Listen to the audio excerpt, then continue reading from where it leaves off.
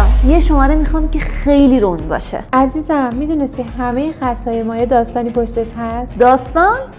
مثلا چه داستانی؟ ببین مثلا شماره 912 2027 189 با پیش پرداخت 54 تومن برای یه خواننده‌ای بوده که سبکش هم راک بوده. خواننده؟ نه نمیخوام. چیه سردرد گرفتم، خواننده به چه کارم میاد؟ یه شماره دیگه بده.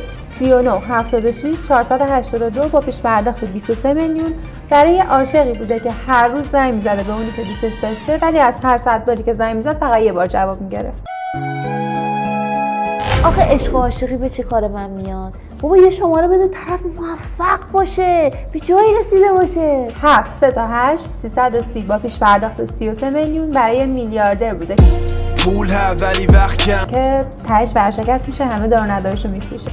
من ورشکست بکنی، عاشق بکنی، اینو به چه دردم میخوره؟ یه شماره بده که دست یه خانم دکتر باشه، صبح باش میرفته مطب و برمیگشته. 86050 با پیش پرداخت 97 میلیون.